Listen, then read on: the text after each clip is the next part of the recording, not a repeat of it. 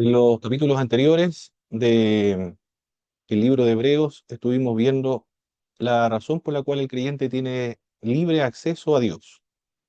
Una de estas razones era porque por medio de la sangre de Jesucristo, también por medio de los sacrificios que Cristo realizó y por el sacerdocio de Jesucristo, quien ha hecho perfectos a los santificados. ¿En qué sentido ha hecho perfectos a los santificados? En el sentido de darle la calidad, otorgarle la cualidad a los creyentes de tal manera que pudiesen estar delante de Dios. Entre estas podemos mencionar la justificación, que es una resta, es el perdón de todos los pecados y al mismo tiempo es una suma. Es la imputación o el atribuirle la justicia de Cristo al alma de la persona que cree. Y por otra parte, también ha hecho perfecto a los santificados en el sentido de que le ha perdonado, le ha purificado, le ha limpiado la conciencia, lo ha apartado, lo ha separado, eso tiene que ver en la santificación, le ha limpiado absolutamente toda su conciencia, y en ese sentido ahora puede estar limpio delante de Dios, porque la obra de Jesús, su sacrificio y la sangre hace perfecto y lo limpia totalmente. Cristo es nuestra santificación. Y por el sacerdocio también de Jesucristo. Esas son las tres razones que mencionaba el libro de Hebreos por las cuales nosotros podemos estar delante de la presencia de Dios. El, el sacerdocio implica el ofrecer sacrificios espirituales, ofrecer sacrificios en el Antiguo Testamento de animales. En el caso de Cristo, él mismo es el sacrificio. Enseña la ley y representa al hombre delante de Dios. Y él es el mejor sacerdocio, porque es el mejor mediador. También lo dice el apóstol Pablo, porque nadie más cumple las condiciones de Cristo. Es el Dios hombre al mismo tiempo, el que une a los hombres y a Dios en su persona. Asume la humanidad siendo el Dios, es decir, no hay otro mediador perfecto como él. También las definiciones del escritor de Hebreo acerca del pecado de la apostasía. El pecado de la apostasía, ya lo estuvimos observando, la definición de este pecado solamente lo cometen los creyentes. No lo comete una persona que sea un incrédulo, o un simpatizante, o un nominal, una persona, un cristiano cultural, que normalmente ha nacido en la iglesia, se ha criado en la iglesia, pero no es regenerado. En el calvinismo lo plantean como una persona iluminada, pero no regenerada. Es medio cruel ese punto de vista porque Dios ilumina a las personas, le da a conocer la verdad, pero nunca lo regenera. Y aquí no depende del hombre, porque en el calvinismo todo depende de Dios. Y no lo regenera. ¿Por qué no lo regenera? Porque no quiere. Porque no quiere salvarlo. Porque no lo ama en un sentido salvífico, sino que lo ama en otro sentido. Y, y lo ilumina con la finalidad de aumentar el grado de castigo. Por eso lo ilumina. Es cruel ese punto de vista. Por lo menos nosotros lo vemos así. El calvinismo bajo ningún punto de vista porque ellos enfatizan la soberanía de Dios y Dios hace lo que quiere. Y nosotros no tenemos que por qué cuestionarle. El otro punto es que estas personas sí realmente son creyentes. El pecado de la apostasía solamente lo comete un creyente. Del mismo modo como una persona divorciada presupone que estuvo anteriormente casada. Nadie se puede divorciar sin estar casado. Así también el que comete el pecado de la apostasía presupone que esa persona era creyente. El libro de Hebreos se escribió con la finalidad de evitar este pecado de los destinatarios de la obra de Hebreos, que eran judíos, que debido a algunas presiones, algunas persecuciones, ellos quieren volver nuevamente al rito, al ritual, a la sinagoga, al templo, a los sacerdocios levíticos, a toda la institucionalidad de la religión judía. Y él se esfuerza, el autor, una y otra vez, con una multitud de exhortaciones, a perseverar, a no volver atrás, a no cometer este pecado de la apostasía.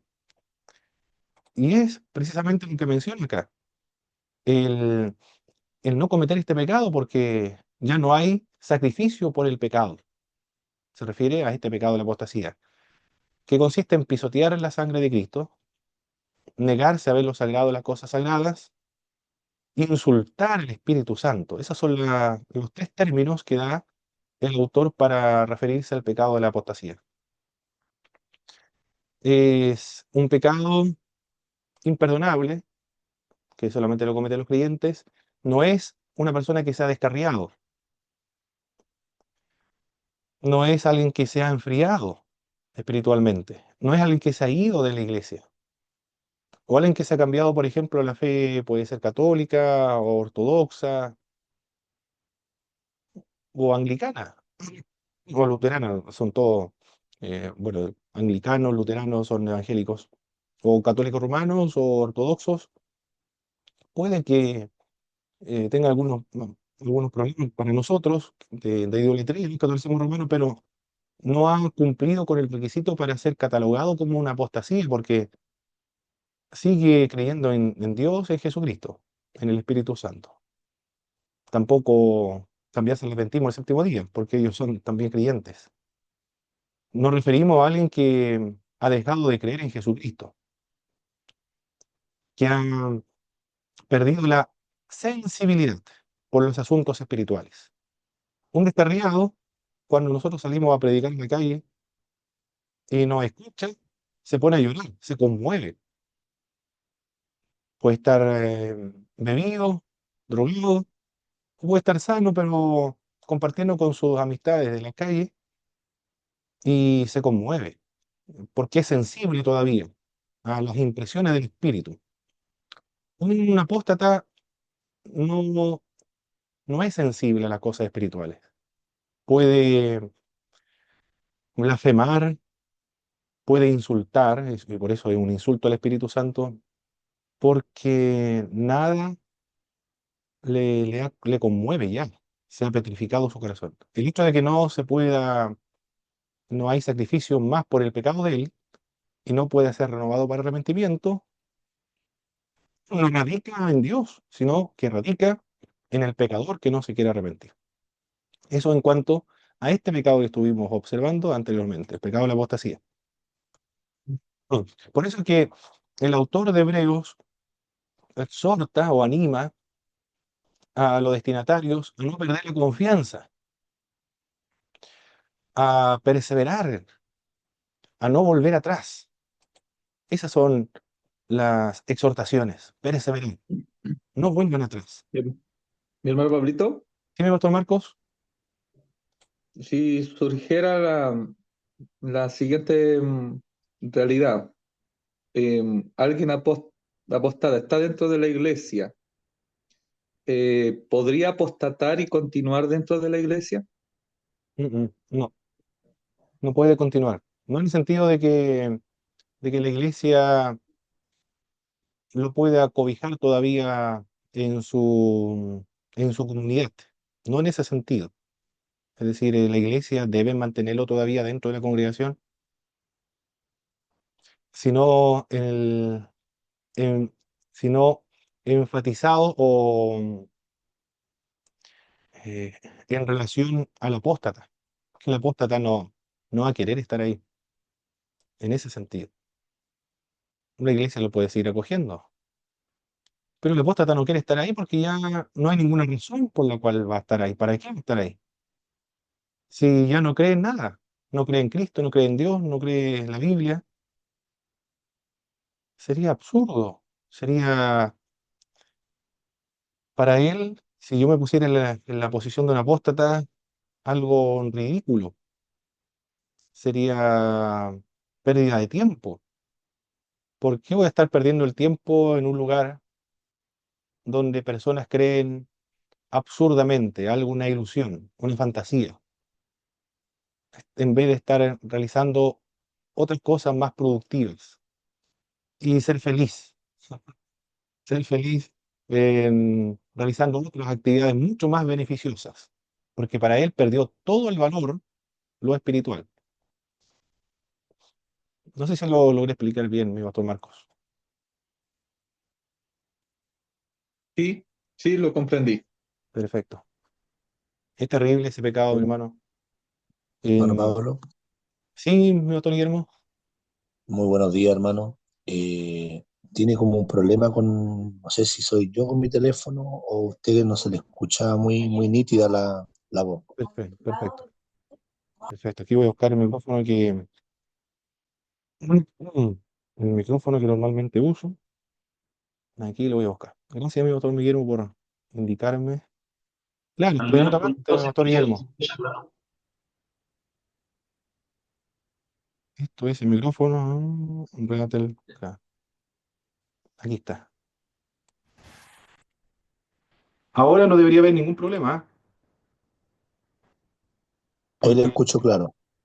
ya es que tengo que asignar un micrófono acá en Se, el... se escucha clarito, hermano Pablo, pero se escucha con un poquito bajito, ¿no?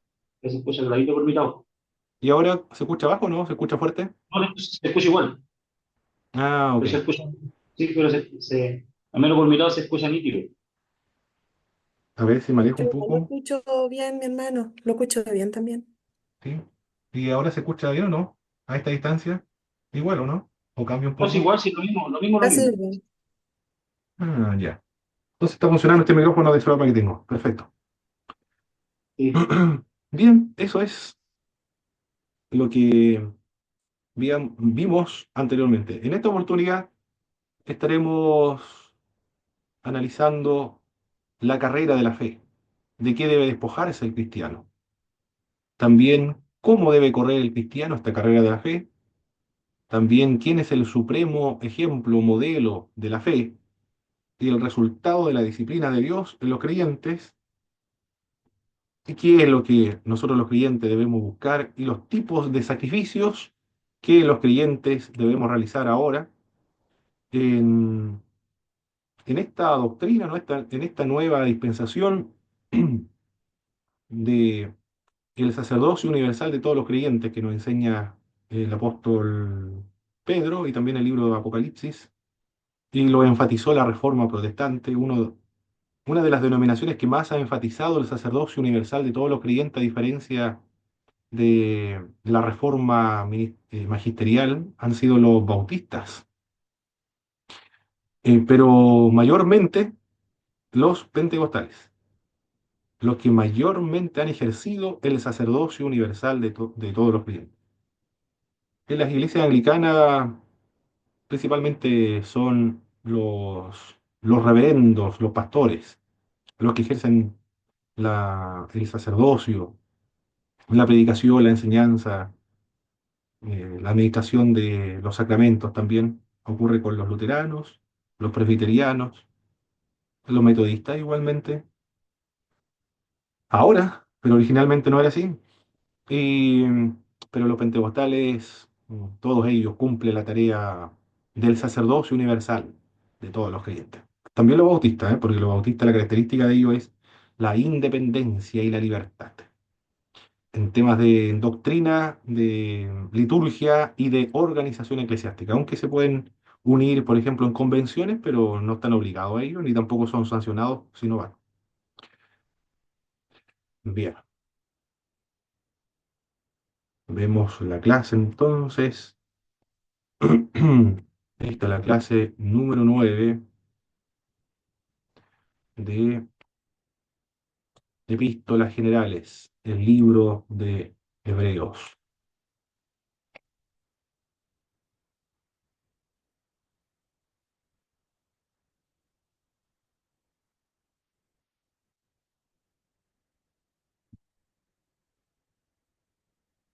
Este es una cerámica, un jarro, no sé cómo el nombre que tiene estos jarros, un jarrón griego, donde describe las competencias atléticas de la antigüedad, de los juegos atléticos griegos. Muestran imágenes de hombres están corriendo, están desnudos, porque no debían tener ningún tipo de obstáculo o alguna carga adicional que le dificultara la carrera. por eso corrían de ese modo. El autor de Hebreos y también el apóstol Pablo utiliza esta analogía, estas ilustraciones para describir o ejemplificar cómo es la fe, la carrera de la fe. Son estímulos para correr la carrera de la fe. En el libro de Hebreos, capítulo 11, verso del 1 hasta el capítulo 12, en el verso 3, el autor acá habla del ejemplo de la perseverancia. Vamos a leer, por favor, el capítulo 12, verso del 1 al 3. Si puede leer, por favor, hermano Andy, capítulo 12, verso 1 al 3. Capítulo 11, ¿me dice hermano Pablo? Sí, 12, capítulo 12, verso del 1 al 3. 12 de 1 al 3. Dice como título, puesto los ojos en Jesús. ¿Cierto? Exacto. Ya. Por tanto, nosotros también, teniendo en derredor nuestro tan grande nube de testigos, y despojémonos de todo peso del pecado que nos asedia, y corramos con paciencia la carrera que tenemos por delante, puesto los ojos en Jesús, el autor y consumador de la fe, el cual por el gozo puesto delante de él sufrió en la cruz, menospreciado el oprobio, y sentó a la diestra del trono de Dios. Considerad aquel que sufrió tal contradicción de pecadores contra sí mismo, para que vuestro ánimo no se canse hasta desmayar. Empieza mi dolor. Se me Perfecto, recreo. perfecto. Muchas gracias, hermano Andy. El, el autor de Hebreos anima o exhorta a los destinatarios a despojarse, a dejar despojarse uno. ¿De qué se debe despojar? De todo peso y también de todo pecado. El pecado es claro, debemos despojarnos del pecado, porque la Biblia dice claramente esto es pecado, esto no es pecado. El peso se refiere a algunas prácticas, algunas actividades de parte de los creyentes que no implica una violación a los mandamientos de Dios, pero que sin embargo estorba la carrera de la fe de los creyentes, le dificulta correr la carrera de la fe. En ese sentido también se debe despojar. Por ejemplo, algún creyente, un ejemplo del apóstol Pablo. El apóstol Pablo podía comer absolutamente de todo, pero sin embargo, porque puede ofender a un hermano más débil en la fe, el que tiene algún conflicto interno, un conflicto doctrinal, un conflicto teológico que no tiene muy clara la doctrina, piensa que hay más Dios aparte de Dios, y se abstiene de comer carne sacrificado a los ídolos que se venden en la carnicería. Entonces el apóstol Pablo dice, yo me voy a abstener de comer carne con la finalidad de correr bien la carrera de la fe. Lo estoy conectando con lo que dice el libro de Hebreos, con la finalidad de no ofender a mi hermano más débil, porque si él me ve comiendo de los sacrificados a los ídolos, va a pensar que no es tan malo comer de los sacrificados a los ídolos y va a comer también esa carne y va a pensar que ese Dios ingresó a su alma y ahí va a comprometer su conciencia. El, Eso no incluye pecado para el apóstol Pablo comer de los sacrificados a los ídolos porque no existen los ídolos, existe solamente un Dios. Pero también eso se despoja él de aquellas prácticas. No sé si ustedes me pueden mencionar más casos, hermanos, por favor, pastores, de que nosotros nos podemos despojar que no implica pecado. Algunas prácticas que nos estorban en esta carrera de la fe.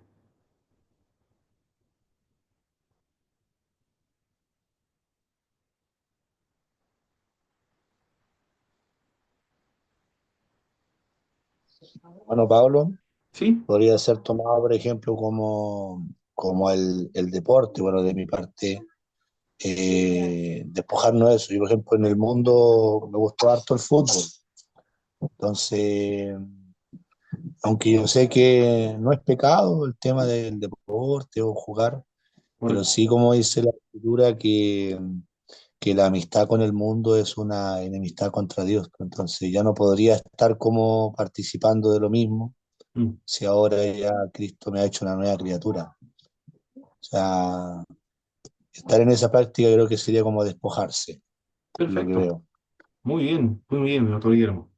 Recuerdo de un obispo de la iglesia Templo Iglesia del Dios Viviente, de Padre de las Casas. Bueno, ya no es obispo ahora, hay otro, pero él dijo que cuando se convirtió al Evangelio, era joven, le gustaba también ir a practicar el deporte. Tenían partido en la mañana y después o en la tarde, más o menos al mediodía. Y después él iba a su casa, se bañaba rápido y partía para el culto. Y en una oportunidad hizo un gol. Y fue tanta la alegría que sintió cuando hizo el gol. Y salió por la cancha gritando, ¡Gloria a Dios! Por toda la cancha. Le dio tanta vergüenza que nunca más fue a jugar. Bueno, eso es lo que cuenta el obispo. Pero temas como eso puede ser también... Hermano Pablo, ¿Sigue, hermano Bendy? yo creo que igual podría ser cuando llega el 18 de septiembre y algunos hermanos participan bailando cueca, algunos tocan en eventos folclóricos, pero como dicen, no, es que es solamente para apoyar, ¿me entiendes? Mm, Entonces yo creo que igual, pues si es un predicador, un hermano o es oficial de la iglesia, pienso yo, para que el hermano más débil, o sea, va a colocar la mirada en él, pues, como ejemplo. exacto, Entonces sí, yo correcto. pienso que no deberíamos como participar en esas cosas que son seculares. Perfecto, hermano Andy. Muy bien. En ese sentido, algo que estorba el camino de la fe, pero que no constituye pecado, porque también alguien podría defenderse de, pero esto no es pecado, la Biblia, yo no estoy practicando el pecado, acá estoy apoyando nada más, estoy jugando deporte, pues, o cualquier otra excusa. Pero acá el libro de Hebreo dice que se debe despojar de eso con la finalidad de poder estar libre, despejado para correr la carrera del fe. Eso es uno. También la carrera debe correrse con paciencia, es lo otro. Verso uno. Se debe tener mucha paciencia. Porque los resultados no se producen inmediatamente. Los deportes, esto es así. Y, y con disciplina. Más adelante va a hablar acerca de la disciplina. Los practicantes de deporte de alto rendimiento, 2 horas en la mañana, después 5 horas entrenando en la tarde, de lunes a domingo. Tienen que comer ciertas comidas, no deben comer papas fritas, por ejemplo, grasas, sino que deben tener ciertas comidas, un régimen muy riguroso. No pueden tomar, no pueden fumar, no pueden ir a fiestas, sino que tienen que acostarse a una determinada hora y descansar muy bien. Y después de mucho entrenamiento, de mucha práctica y también de experiencia, va obteniendo los resultados esperados. Por eso debe ser con paciencia, porque no va a obtener todo inmediatamente, sino a su debido tiempo y también la disciplina. La disciplina es fundamental para los deportes y para la vida cristiana. Fijar los ojos en Jesús, mirar de lejos, fijando la mirada o mirar fijamente. Como cuando uno pone una confianza en otra persona, cuando se espera la respuesta de alguien porque uno sabe que el otro comprende toda la angustia y todo el sufrimiento que expresa la mirada. Esta mirada en Jesucristo es una mirada contemplativa. Es como mirar examinando el objeto donde alguien ha depositado su mirada, tratando de escudriñar su significado, escrutar lo que quiso expresar el autor de esta obra que quedó pintada en un cuadro. Eso es la idea de este mirar, no es como mirar superficial, sino que es una mirada contemplativa, profunda, una mirada mística, con la finalidad de inspirarse y de fortalecer su fe, porque de eso está hablando el autor y consumador, el autor, el que origina y consuma la fe. Hermano Pablo, ¿Sí, hermano Andy? sobre la nube de testigos, ¿usted me podría cómo explicar eso? Porque el otro día, ¿se acuerda que le conté que fui testigo de un matrimonio, después fui padrino? Y ese día tomaron una oportunidad y habló un hermano y dijo, acá, ¿cierto? Tenemos una gran nube de testigos, están todos presentes y entonces como que me saltaba la duda sobre ese tema. La nube de testigos, perfecto. Esto de el capítulo 12, ¿verdad? Por tanto, nosotros también teniendo alrededor nuestro tan grande nube de testigos. Perfecto. Sí, y en ese caso él lo tomó como que estaba, lo tomó como que toda la gente era la nube de testigos. Es que también se To- puede tomar, to- mi hermano Andy, en un sentido figurado. No, no está haciendo una exégesis el hermano de la Biblia, sino en un sentido metafórico, nada más analógico, pero no está haciendo un exégesis. Eh, pero algunos sí, sin embargo, lo que están haciendo es una exégesis o tratando de hacer una exégesis cuando corresponde una predicación, por ejemplo, porque me lo estuvieron comentando los hermanos de Puerto Montt. bueno, yo le digo, yo le dije hermano y no es hermano, es como que se llama, él es tío del novio, por decirlo así, de un hermano, que es solo Jesús. Ah, ok. Sí. Ya. Y también se predica lo mismo en nuestra iglesia, hermano Andy, ¿eh? Porque un hermano de Puerto Montt, de hecho, durante la semana anterior se predicó, no se predicó en la reunión de voluntarios, pues no en el templo, en la iglesia, sino en la reunión de voluntarios. Y la predicación consistió precisamente en el libro de Hebreos, capítulo 12, de la nube de testigos. Entonces él interpretaba la nube de testigos como refiriéndose al vecino. Cuando yo salgo de la casa, debo tener un comportamiento dignamente cristiano porque mi vecino me está viendo y él es esa nube de testigos. Mis familiares también que son inconversos, mis colegas de trabajo, todos ellos son mi nube de testigos, por eso que yo debo mantener mi testimonio frente a ellos. Y el hermano le dijo que el texto bíblico no estaba hablando acerca de los vecinos, de los familiares, de los colegas de trabajo que constituían la nube de testigos, sino más bien se refiere a otro tema, a otra cosa. Ahora le pregunto a ustedes, mis hermanos, hay una clave de interpretación bíblica que se conoce como el contexto. Los que han tomado hermenéutica lo manejan, el contexto inmediato. ¿A qué se refiere el contexto inmediato? Me parece que hay alguien aquí que ha tomado homilética. Lo ¿Cierto, Marcos? inmediatamente anterior. Perfecto. Entonces, para determinar esa nube de testigos que menciona Pablo el libro de Hebreos, capítulo 12, verso 1, tendríamos que leer entonces el capítulo 11 hasta el verso 40. Y también, capítulo 12, si fuese ese el caso, supongamos, ya vamos hasta el 29, supongamos. Entonces, después de leer el capítulo 11, verso del 1 al 40, hasta el 12, verso 1 al 29, vamos a poder explicar e identificar a quiénes se refiere esa nube de testigos, hermano Andy. ¿Quiénes podrían ser esa nube de testigos? Acá, por ejemplo, en la cárcel, vienen los de la IEP a hacer estudio bíblico los días lunes. ¿Ya? Y, y él un día explicó ese tema, estaba hablando con los funcionarios cuando yo estaba trabajando en la Guardia Interna, ¿Mm? y habló sobre ese tema. Por eso yo me quedé como con esa enseñanza de él, y cuando la escuché acá, por eso me saltó la duda. Entonces, como es que hay dos versiones en base al tema, porque él decía la Correcto. nube de testigos fueron aquellos, los patriarcados, los que iniciaron el tema del evangelio, al menos la IEP lo decía de esa manera. El profesor que vino a hacer, le viene a hacer clase a los internos. Entonces dijo, esos son Perfecto. nuestras nubes de testigos, los que pagaron el precio. Ah, muy bien. Hablando en términos contemporáneos aquí en Chile. No lo especificó, lo explicó sobre Abraham, Isaac, Jacob, los discípulos. ¿Y cómo llegó a esa conclusión? Leyendo, siguiendo el procedimiento. Leyendo el capítulo 11, verso del 1 al 40. Ahí habla acerca de Abel,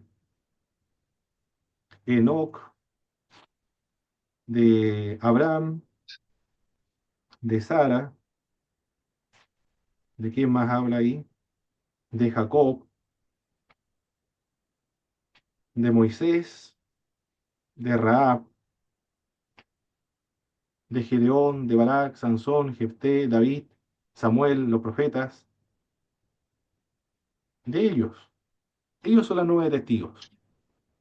Porque el capítulo 12 habla acerca de esta nube de testigos. Por tanto, nosotros también teniendo en derredor nuestro tan grande nube de testigos, se refiere a lo que ha mencionado anteriormente y a lo que precede el texto del verso 11. Por lo tanto, está bien.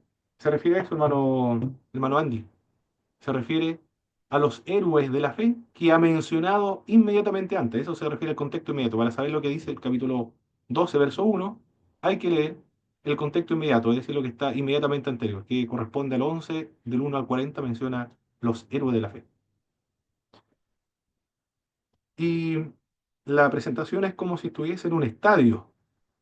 Y esta nube de testigos que él ha presentado, que precede al 12, de los héroes de la fe, son como espectadores que están observando lo que ocurre acá en el estadio, es decir, lo que está ocurriendo aquí en la tierra. Todo esto es metafórico, ¿ah? Pero más que ellos mirarnos a nosotros, lo que estamos corriendo la carrera de la fe aquí en la tierra, nosotros lo miramos a ellos. Esa es la perspectiva que trata de presentar el que está escribiendo Hebreos. Nosotros lo miramos a ellos con la finalidad de inspirarnos en la fe de estas personas. No que ellos nos observan a nosotros, sino nosotros los miramos a ellos para inspirarnos, darnos más fuerza, más ánimo. Como los jugadores de fútbol, cuando están en el estadio y comienzan a decirle a la gente que le den más ánimo, que griten, que canten más fuerte, porque necesitamos más fuerza de la gente. Más o menos es así la idea. Nosotros nos inspiramos en estas personas que nos han precedido en la carrera de la fe. Bien. Se explicó esa, ¿verdad? Sí, esa pregunta. Perfecto. La imagen Hermano del capítulo. Pablo, ¿Sí, Pastor Guillermo? acá hay un pequeño comentario que tiene la Biblia con respecto a ese versículo. Ya. Dice, la gran nube de testigos no se presenta principalmente para exhortación moral, sino que nos sirve como testigo en un tribunal de los propósitos redentores de Dios. Mm.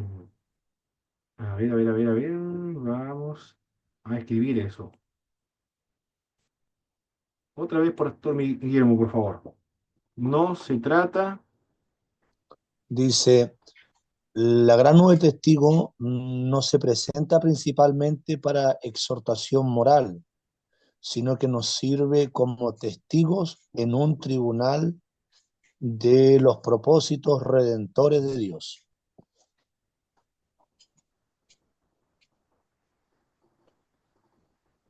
Ya. Es el comentario de la Biblia. Muy bien. Aquí tengo un comentario de Kinner, que es un erudito del Nuevo Testamento. Kinner, que es un especialista del Nuevo Testamento, él escribió un comentario contextual de solamente del Nuevo Testamento y su obra consiste en eso, en el análisis contextual particular del pasaje, es decir, del hebreo de lo que estamos viendo. Y él dice lo siguiente con respecto a este asunto. La imagen de los capítulos 12, verso del 1 al 3, y del capítulo 12, verso 12 al 13, es la de los corredores que están disciplinándose para la carrera.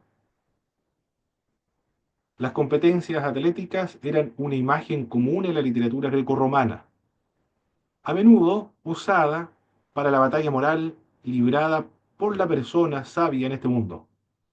Lo que está haciendo el autor de Hebreos es un mismo recurso, el recurso que se acostumbra naturalmente en la cultura grecorromana, en los escritos antiguos, para exhortación, acá, exhortación moral. En este pasaje es el clima de la narración acerca de los héroes de la fe del pasado. Sería para exhortarlos espiritualmente. En ese sentido tendría que ser, para exhortarlos espiritualmente, no moral, sino en el sentido espiritual. Porque lo que está hablando acá es acerca de la fe. Ese es el tema que está tratando. Bueno, como la Biblia es de la herencia reformada, ellos no creen que el creyente pueda cometer, perdón, ellos hablan acerca de la apostasía, pero no en el mismo sentido como lo entendemos nosotros. porque apostasía para ellos es una persona que ha sido iluminada pero no regenerada. Eh, Quizás por esa razón mm, no enfatizan esta parte o este aspecto de promocionar, exhortar o fortalecer la fe por medio de todas estas exhortaciones. Lo que está en juego acá es darle fortaleza, darle modelos, darle ejemplo de perseverar no en las obras, sino en la fe, es decir, en la confianza en Jesucristo. Y así como nosotros lo presentamos de la fe, las iglesias reformadas lo ve como un mérito, mis hermanos. Ellos dicen que si nosotros creemos, entonces, si nosotros ejercemos la fe, entonces sería un mérito, sería una obra, sería una virtud, sería algo bueno que Dios vio en nosotros para retribuirnos, para premiarnos o recompensarnos conforme a nuestro mérito y ese mérito de la fe. Así lo entienden. Quizás por eso que se desenfoca en esta área de la fe, porque ellos hablan acerca de una regeneración monergista hacia la fe, más bien que una regeneración por fe. Quizás por eso no considera este aspecto de lo que está hablando Hebreos, de la fe. Por ejemplo, con ejemplos, tanto de los héroes de la fe como de Cristo, de, de fe, de perseverar en la fe, de no volver atrás a la incredulidad, sino seguir confiando en la obra de Jesús de Nazaret. Perfecto. La carrera debe correrse con paciencia, con perseverancia. Lo había mencionado ya anteriormente en los versos 11. Persistencia, paciencia, perseverancia, persistencia, constancia, con esperanza. Esperar lo que Dios va a dar en el futuro. Menciona también a Jesús, el ejemplo supremo de la fe. Es el pionero líder de la carrera de la fe. Cuando sufrió la cruz, menospreciando lo propio y se ha sentado a la diestra del trono de Dios, alcanzó la meta final de la fe. En las versiones actualizadas de la Biblia dice que Él es el autor o iniciador y perfeccionador de la fe. Cuando hablamos acerca de fe, hablamos de confianza, de eso hablamos. Confianza que uno tiene, que el creyente tiene, en el objeto donde deposita uno la confianza. Es el objeto el que ha originado la confianza en nosotros. Los méritos, en ese sentido, el que tiene la virtud o a quien se debe dar el crédito de quien ha generado esa confianza en nosotros, ha sido el objeto de nuestra fe, que es Jesús. Él ha obrado, Él tiene los créditos, Él tiene los méritos, la virtud y las obras para que nosotros podamos confiar en Él. Algunos no confían y otros sí confían, pero esa confianza no es una virtud en nosotros, en el que cree. Es una virtud en el objeto en el cual uno deposita la confianza. Por eso nosotros no vemos ninguna obra, ninguna virtud cuando creemos. Ahí está el meollo del asunto, que nos diferencia entre los unos, una confesión teológica y otra. Lo estoy explicando bien, ¿verdad, mis queridos hermanos? Acerca de la fe, que es confianza.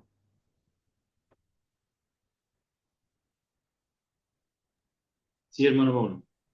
Perfecto, muy bien. Pues ustedes se van a encontrar, mis hermanos pastores, se van a encontrar con esta objeción, con esta interrogante hacia nosotros. Se le van a decir, entonces, si tú crees, si para salvarse hay que creer, es decir, si la salvación depende de la fe de uno, mire el argumento, mire el argumento, la lógica que se emplea. Si nosotros somos salvos por la fe o somos regenerados por la fe o Dios nos da la salvación porque nosotros creemos, entonces somos nosotros los que decidimos salvarnos. Yo lo escuchaba, ¿eh? Nosotros decidimos salvarnos. Entonces la salvación no depende de Dios, depende de nosotros, porque nosotros decidimos salvarnos. Es decir, como nosotros tomamos la decisión de salvarnos, entonces estamos poniéndonos nosotros sobre la soberanía de Dios. Entonces Dios ya no es soberano. Se, no sé si se han enfrentado a esa lógica y ese argumento, mis queridos hermanos pastores.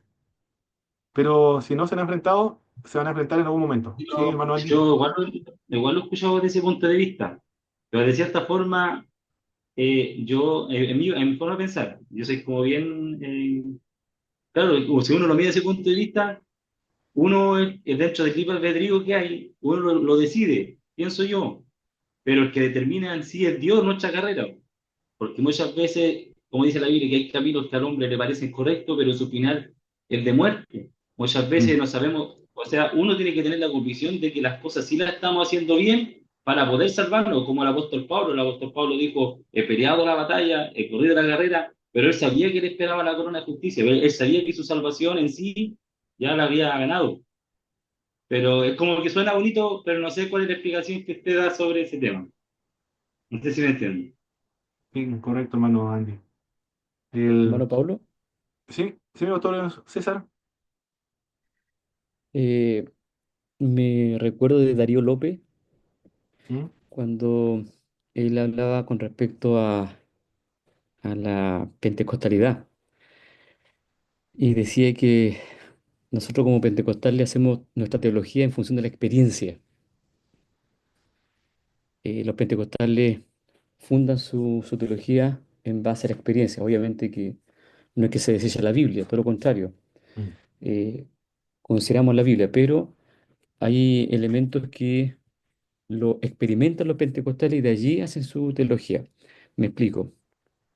En el caso particular mío, cuando yo era un vil mundano, eh, llegué a la iglesia y mi primera experiencia en ese sentido fue como haber dejado una mochila muy pesada en la iglesia y salí livianito.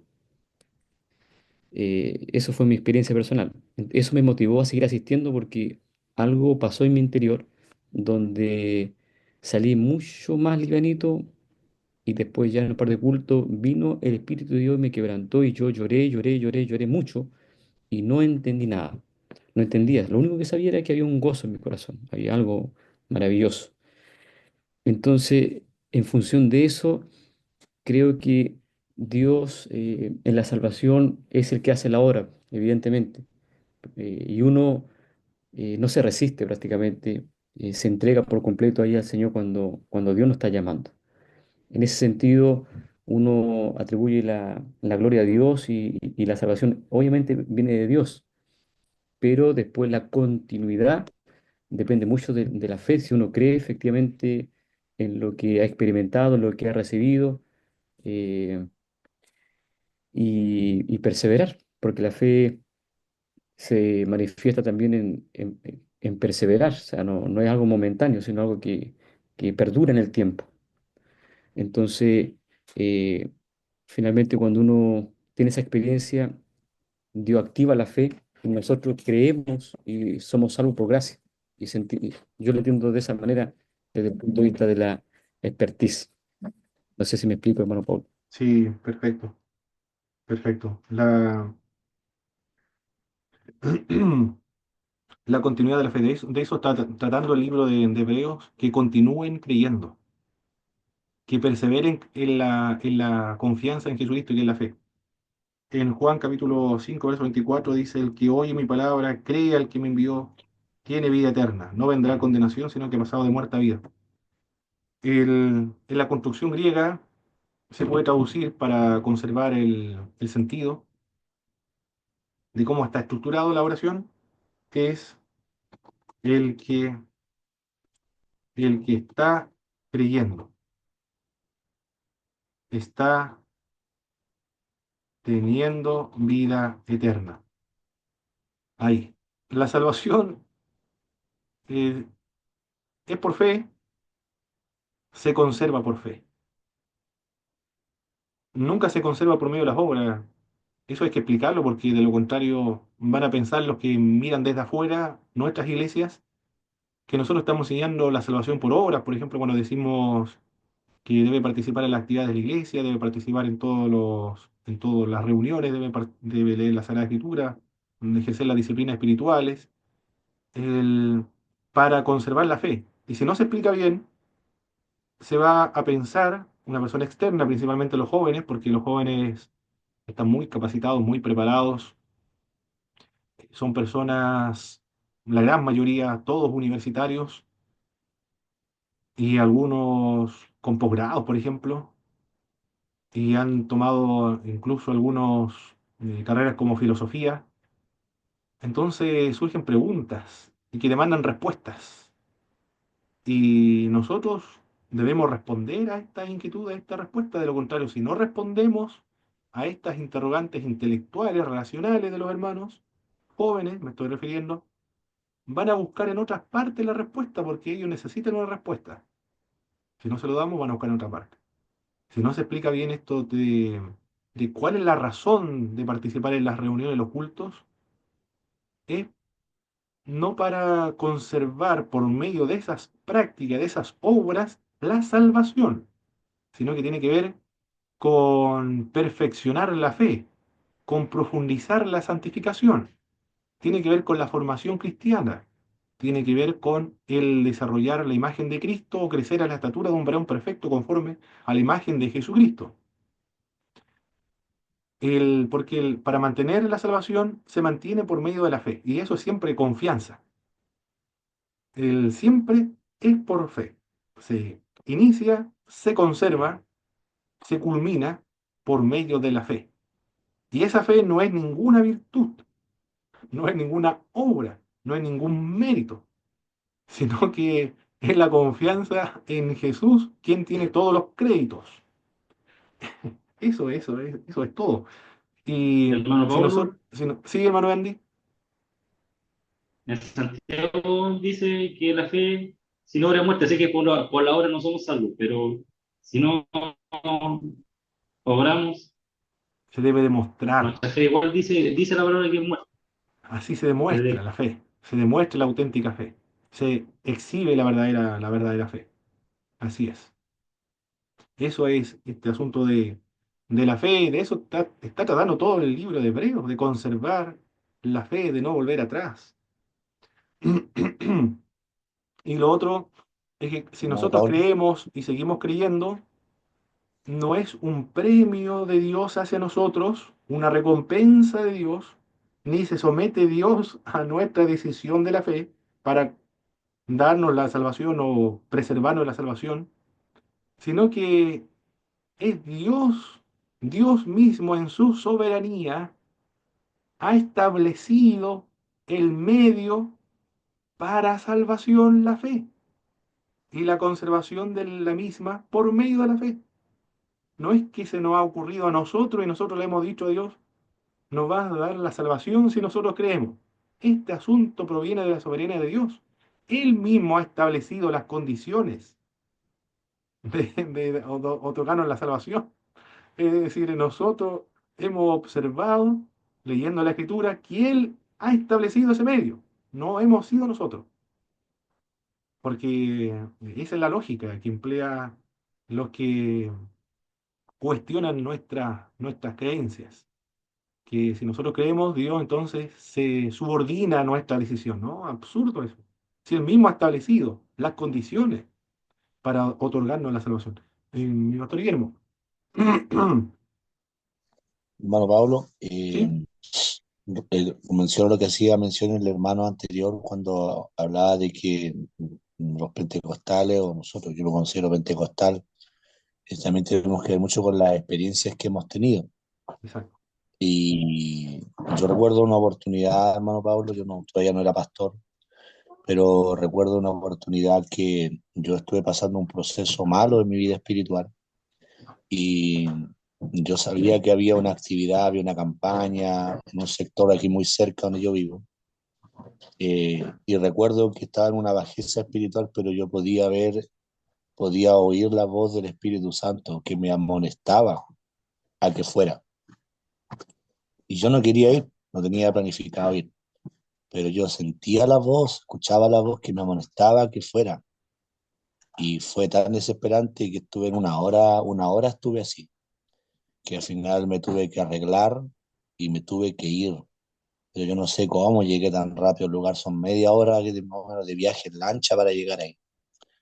Y, y cuando llegué, fue como a los 10 15 minutos subió el predicador.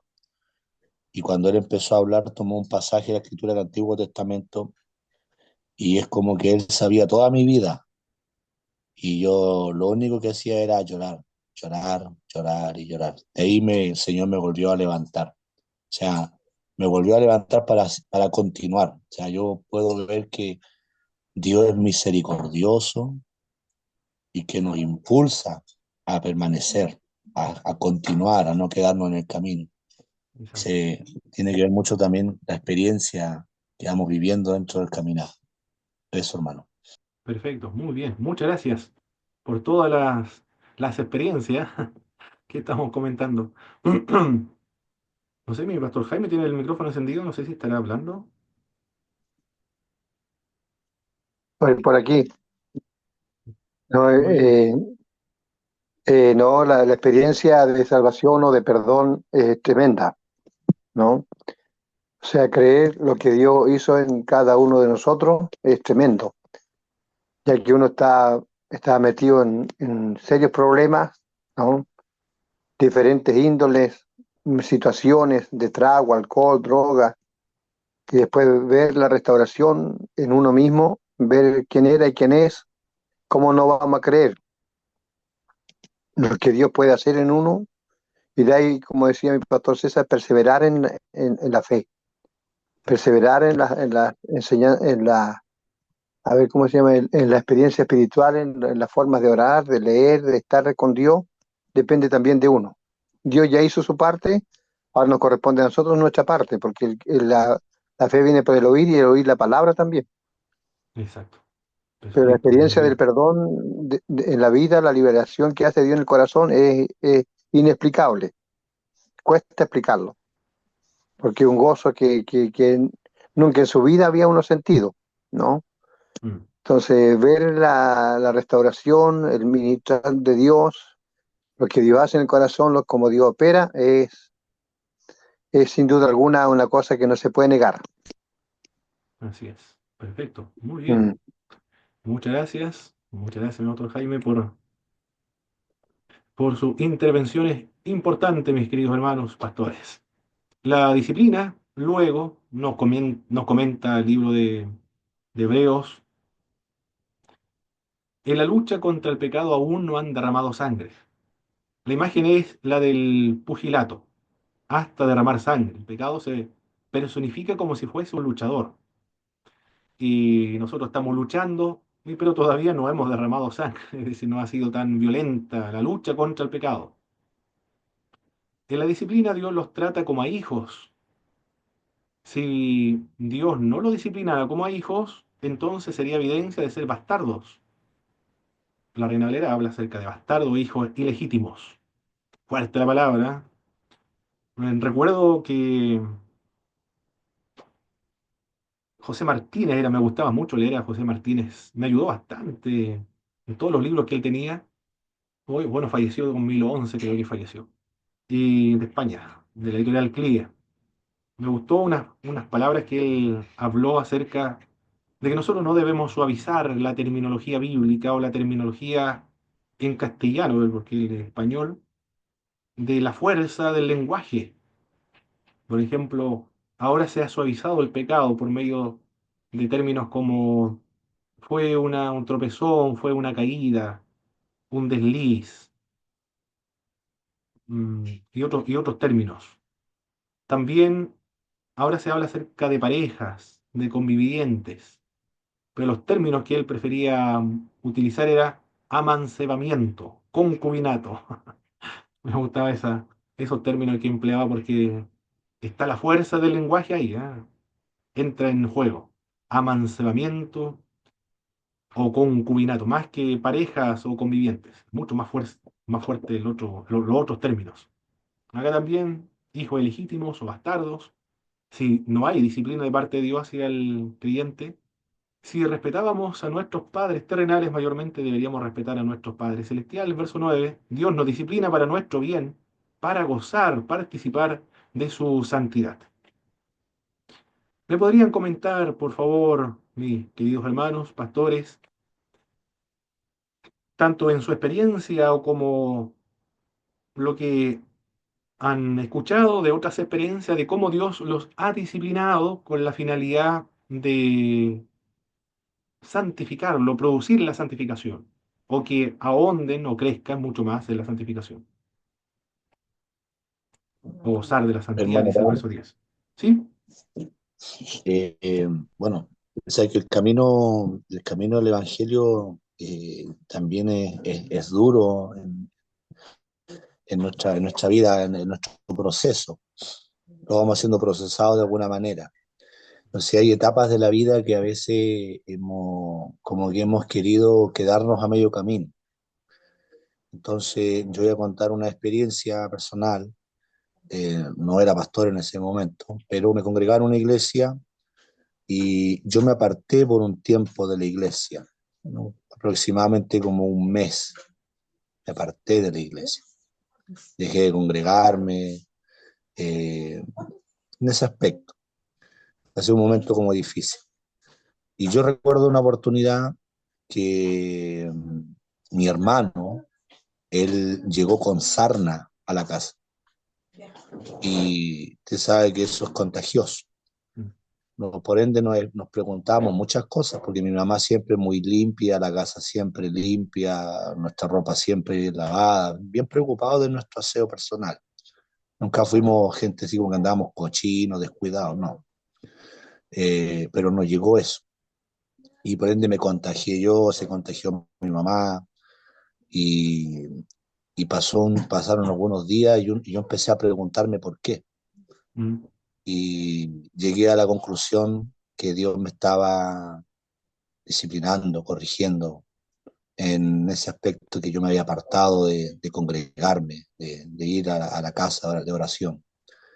Y por ende empecé a buscarlo y empecé a hacer algunos trabajos espirituales en el sentido de visitar a alguna gente, a algunos ancianitos que les costaba llegar a la iglesia, y fue motivo para levantarme. Cuando me levanté en búsqueda de nuevo y empezar a congregarme y a servir al Señor, desapareció la sangre. O sea, entendí que era una disciplina, una corrección, una forma con la que Dios me estaba amonestando para levantarme. muy bueno, muy bien. Buen ejemplo actual de cómo Dios nos disciplina. De eso está hablando el libro de Hebreos. Dios nos disciplina precisamente para participar de su santificación. Otras disciplinas son más intensas, más fuertes. Mi doctor César creo que quería hablar, ¿no? Sí, me acordé de mi periodo de juventud, cuando Dios hizo algo conmigo. Me acuerdo que estaba trabajando embarcado, me fui a la playa, llevé mi Biblia y estaba pasando un momento complicado como joven y abrí la Biblia por fe, quería que Dios me hable y me da el Salmo 39:11.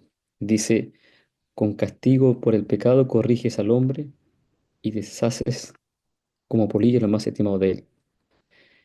Y claro, efectivamente Dios había hecho eso conmigo, Mm, había quitado algo precioso en mí. Entonces vamos viendo cómo Dios cumple su palabra en nosotros y nos habla de forma tan específica, porque fue una palabra muy, muy específica. Yo abrí la Biblia por fe y necesitaba que Dios me hable y Dios lo hizo.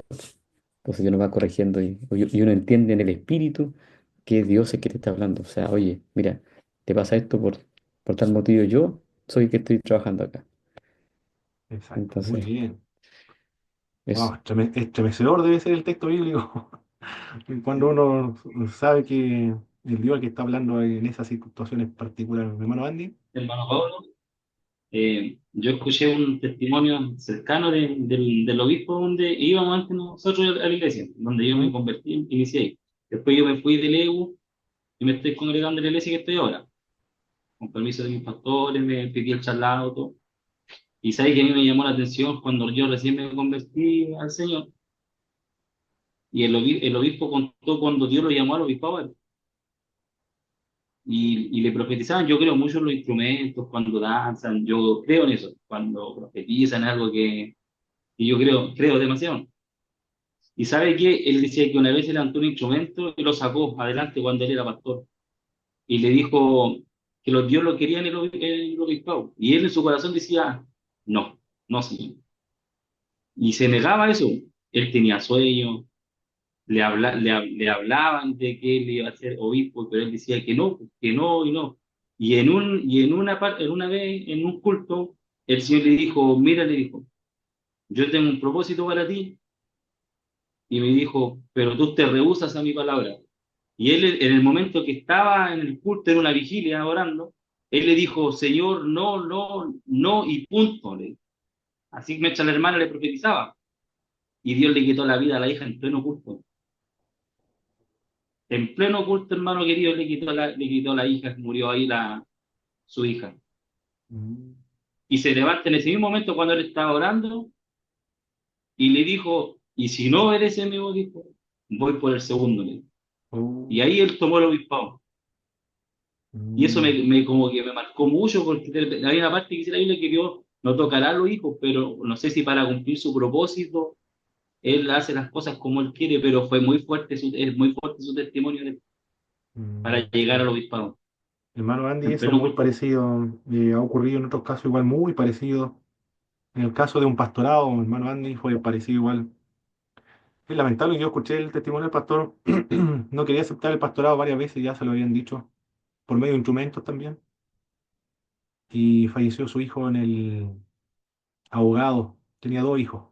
Murió uno en el mar. Y él escuchó la voz del Señor, le dijo si va a aceptar ahora el llamado o te llevo a tu otro hijo. Así escuchó la voz de Dios en su corazón. Dios mío, fuerte el llamado, ¿ah? El llamado es irresistible, como de los profetas del Antiguo Testamento. Tremendo, ¿ah? Nuestro Dios es poderoso, hace su voluntad. ¿Qué más? Bueno, eso es lo que estamos viendo aquí, el resultado de la disciplina. Después de dar frutos apacibles de justicia a los que en ella han sido ejercitados. Es fundamental entonces para producir la paz, para producir justicia en quienes en ellos son entrenados, para que los creyentes actúen como personas íntegras o personas justas. Esa es la finalidad de la disciplina, o participar de su santidad. Sigue la imagen de el autor de Hebreos que quiere transmitir a los lectores, a nosotros, de una competencia deportiva.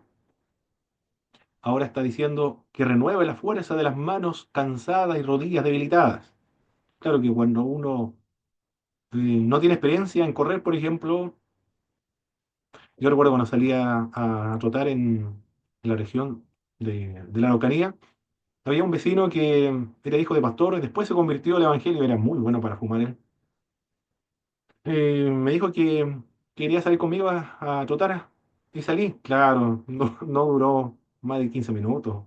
Sí andaba fumando, recién había dejado el cigarro, no podía continuar. Era imposible en esas circunstancias. Bueno, la idea más o menos acá es la misma. Puede ocurrir que se canse, porque obvio, alguien que no está acostumbrado se va a cansar las manos, las rodillas se van a debilitar. Por eso aquí hay responsabilidad de parte de la iglesia, hacer senda derecha para los pies, para la pierna coja, para que no se disloque, sino que se sane. El autor vuelve a la imagen del atletismo. Les exhorta también el autor a buscar la paz y la santidad sin la cual nadie verá al Señor. Acá la santidad no es algo que nosotros producimos por medio de nuestras prácticas. nosotros practicamos la santidad porque ya se ha producido en nosotros por la perfecta obra que Cristo realizó en la cruz. El sacrificio perfecto, lo dice más adelante de Hebreos, que lo habíamos analizado ya, ha hecho perfectos para siempre a los santificados. Por lo tanto, los creyentes todos ya son santos, han sido santificados no por las obras de santidad que nosotros hemos realizado, sino más bien por la obra perfecta de Jesucristo en la cruz. Pero sin embargo, la santidad tiene tres tiempos. La santidad instantánea y luego está la santidad progresiva. Pero la santidad progresiva depende y se funda en la santidad instantánea que ejecutó y llevó a cabo Jesucristo. La santidad progresiva es crecer, profundizar, aumentar el grado de santidad, creciendo la estatura de un varón perfecto conforme a la imagen de Jesucristo. Pero a pesar de eso, sigue Dios obrando en el creyente y no es obra solo del creyente. El creyente colabora en ese sentido, porque es el Espíritu, es Dios mismo el que produce en nosotros el querer como el hacer por medio de su buena voluntad y el Espíritu de Dios el que estimula los frutos del Espíritu y tiene que ver con eso la santidad. Los frutos se desarrollan en tanto el creyente ande, por supuesto, en el Espíritu. Incluso hasta la Iglesia Reformada sostiene este punto de vista. Para la Iglesia Reformada, la salvación es monergista, perdón, no es la salvación monergista, sino la regeneración es monergista para la Iglesia Reformada o el calvinismo. Pero la santificación, en este sentido de la santificación progresiva, eso es sinergista. Es decir, acá también debe colaborar el creyente, se debe esforzar el creyente en aumentar y crecer en la santificación. Aquí entonces, todas las tradiciones, tanto la reformada como de las iglesias arminianas, sostienen exactamente el mismo punto de vista. Todos debemos colaborar en la santificación, pero porque ya somos santos.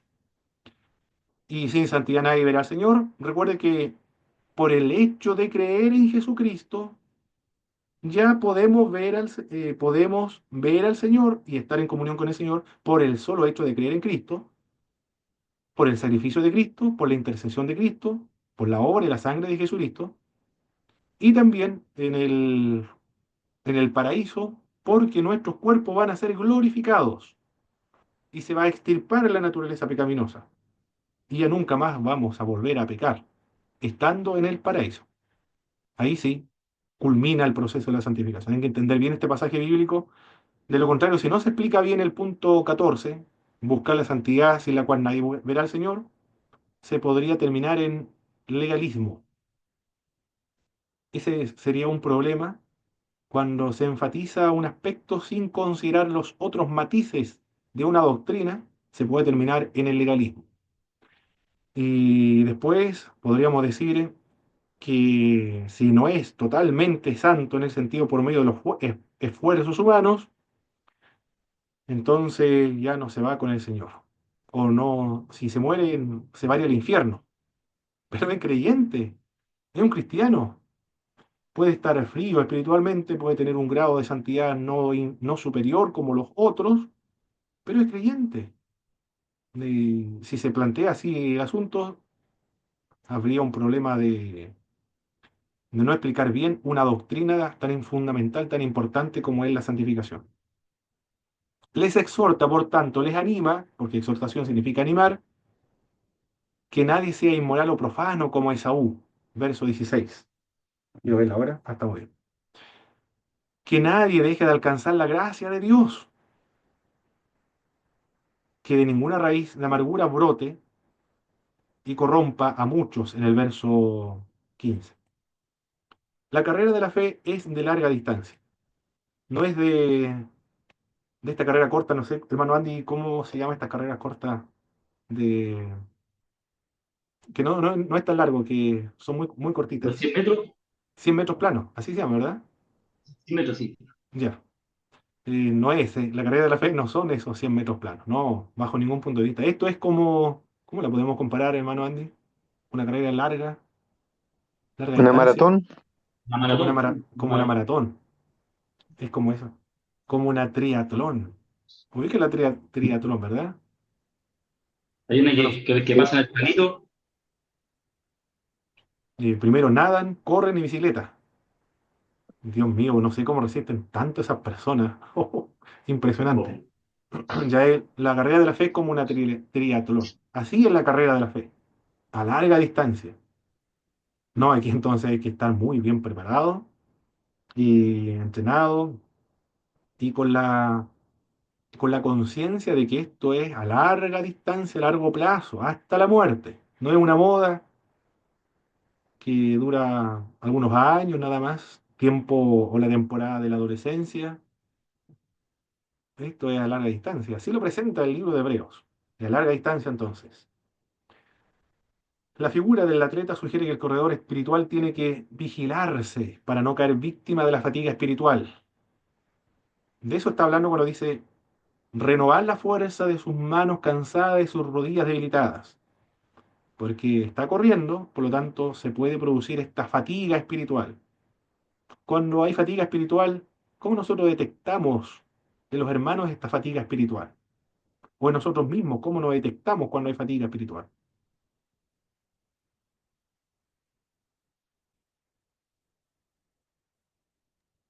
Cuando En el físico, en un terreno yo así. el desaliento puede ser, la gana de no leer, la gana de no orar, la gana de no ir al Exacto. culto. Muy bien. Esas son evidencias, perfecto, evidencias de la fatiga Sí. espiritual.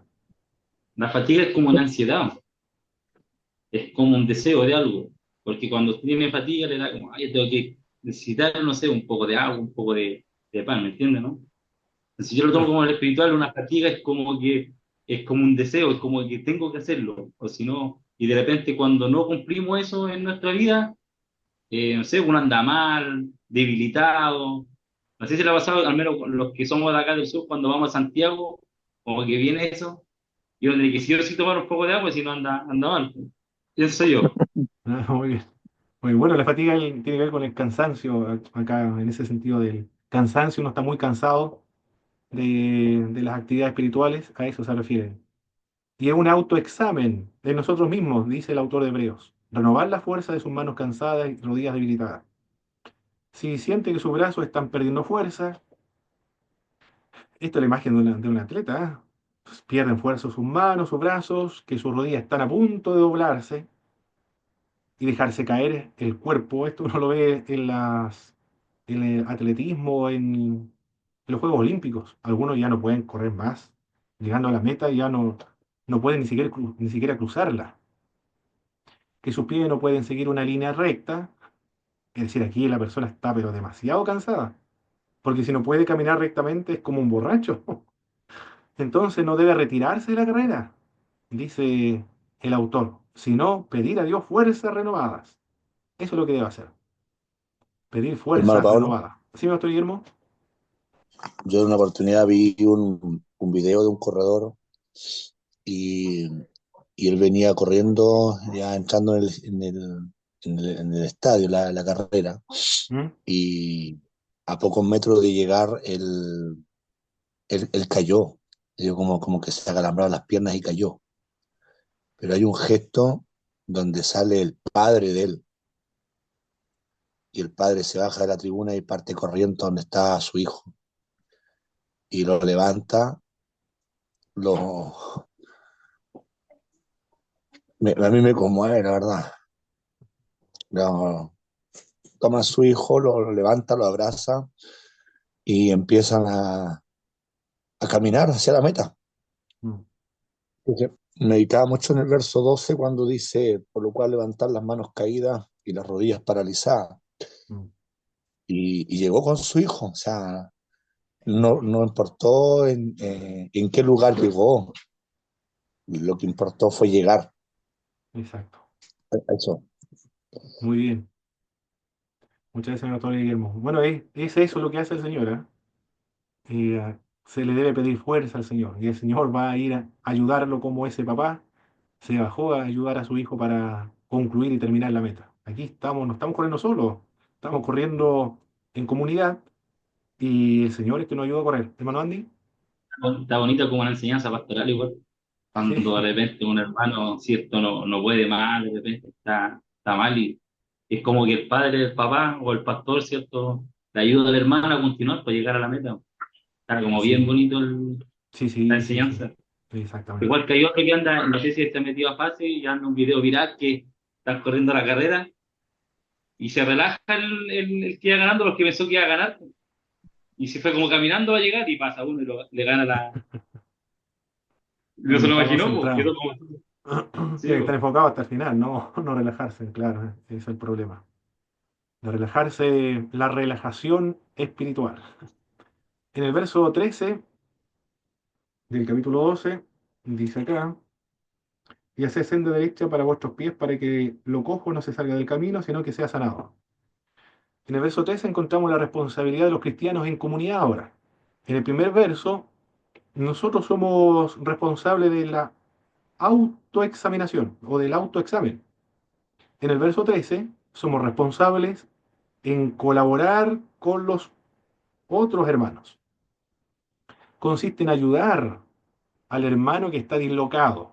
Es decir, ahora un hermano que en la carrera de la fe se ha dislocado, es decir, está complicado, ¿eh? No puede correr.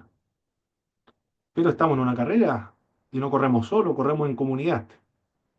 Por eso es que hay que fortalecerse nuevamente, porque se han debilitado. Fíjense bien por dónde caminan para que la debilidad no los haga perder así, puedan salvarse, dice la palabra de Dios para todos. Y busquen el camino derecho para que se sane el pie que está cojo y no se tuerza más todavía, dice la Dios habla hoy. Que dice el verso 14, a la santidad ya. Perfecto, eso es lo que nos dice este punto de vista. A ver la hora. Estamos bien. Anteriormente, el autor de Hebreos dice también en la sección del capítulo 12, verso 14 al 29, en esta sección, Kinner, que es un especialista del Nuevo Testamento, el título que le pone a esta sección es El rechazar la revelación tan grande. El alejarse de Jesús, porque es el problema que subyace en el texto de Hebreos, el alejarse de Jesús, el volver atrás, el pisotear la sangre de Cristo, el insultar el Espíritu de Dios, el alejarse de Jesús era peor que la imprudente apostasía de Esaú. Es mucho peor. Que nadie se inmoral ni profano como Esaú. Acá fue algo grave lo que él hizo, pero el que se aleja de Jesús es mucho peor de lo que hizo Esaú. Y sería, y más seria también, es mucho más grave que rechazar la revelación de Dios en el monte Sinaí. La gravedad de la apostasía es intensa como esos ejemplos extremos. La de Esaú es terrible, la revelación de Sinaí es terrible, pero el rechazar a Jesucristo, el volver atrás, es mucho peor todavía. El rechazar esta nueva revelación en Cristo. Porque Jesús es superior a Moisés, es superior a Abel, Él es el legítimo y verdadero líder de Israel. La mayoría de los judíos buscaban guardar la ley y se avergonzaban de lo que había sucedido con su antepasado en el desierto. El escritor advierte ahora, si sus lectores le vuelven la espalda a Cristo, estarán actuando inclusive mucho peor que lo que hicieron sus antepasados. Esas son las advertencias que le hace el autor de Hebreos a los destinatarios de la epístola de esta obra. Por eso presenta estos ejemplos. El monte Sinaí es una montaña que no se puede tocar, una montaña que ardió en fuego, que estaba en oscuridad, una tormenta, una montaña cuyo sonido era similar al de trompeta, una montaña inaccesible, una montaña pavorosa. En cambio ahora, la nueva revelación que se ha dado en la persona de Jesús de Nazaret, representado en el monte Sión, es figura de la Jerusalén celestial. Es la ciudad del Dios viviente, la morada de Dios, donde millares y millares de ángeles se encuentran en una asamblea gozosa, del verso 22. donde se encuentran los primeros hijos de Dios inscritos en el cielo, verso 23, en la morada de Dios, donde se encuentra Jesús, el mediador de un nuevo pacto. La severa nota de advertencia es para aquellos que, habiendo comenzado a apropiarse, se volvieron atrás. Eso dice el verso 18 y el verso 19. Porque no os habéis acercado al monte que se podía palpar y que ardía en fuego, a la oscuridad, a las tinieblas y a la tempestad, al sonido de la trompeta y de la voz que hablaba, de la cual los que lo oyeron rogaron que no le hablaran más. Se le recuerda que las consecuencias de despreciar el Evangelio son aún más terribles que las consecuencias que traería despreciar la ley. Otra exhortación, otro llamado de atención, otra advertencia del escritor de Hebreos a los destinatarios para que no vuelvan atrás, para que no nieguen a Cristo, para que no dejen de confiar en Jesús de Nazaret. Tener cuidado entonces, porque nosotros no escaparemos si volvemos la espalda al que nos amonesta desde el cielo, verso 25. Mirad que no desechéis al que habla, si no escaparon aquellos que desecharon al que lo amonestaba en la tierra, mucho menos nosotros si desechamos al que amonesta desde el cielo. Es el peligro que tienen los miembros de esta iglesia, que no sabemos dónde quedaba ni cómo se llama la iglesia. No tenemos esos datos. No solo se estremecerá la tierra, sino también se estremecerá el cielo. Estamos recibiendo un reino inconmovible. Y le recuerda también el escritor de Hebreos que Dios es fuego consumidor en el verso 29. Así que recibiendo nosotros un reino inconmovible, tengamos gratitud, mediante ella sirvamos a Dios, agradándole con temor y reverencia, porque nuestro Dios es fuego consumidor. Anteriormente había dicho en el capítulo 10 que no hay más sacrificio aquel que vuelve que vuelve. Si pecáramos voluntariamente, después de haber recibido el conocimiento de la verdad, ya no queda más sacrificio por los pecados, sino una horrenda expectación de juicio y del hervor de fuego que ha de devorar a los adversarios. Ya se lo había dicho ya. Dios es fuego consumidor. Si vuelven atrás, no perseveran en la fe, van a ser consumidos, porque se convertirá en un adversario de Dios. Después de todas estas exhortaciones, para no volver atrás, aterriza, capítulo 13, se vuelve más doméstico, más local, más congregacional, pastoral y práctico. Comienza a mencionar algunas aplicaciones e exhortaciones prácticas, como por ejemplo la práctica del amor cristiano. Trae como consecuencia el amor fraternal.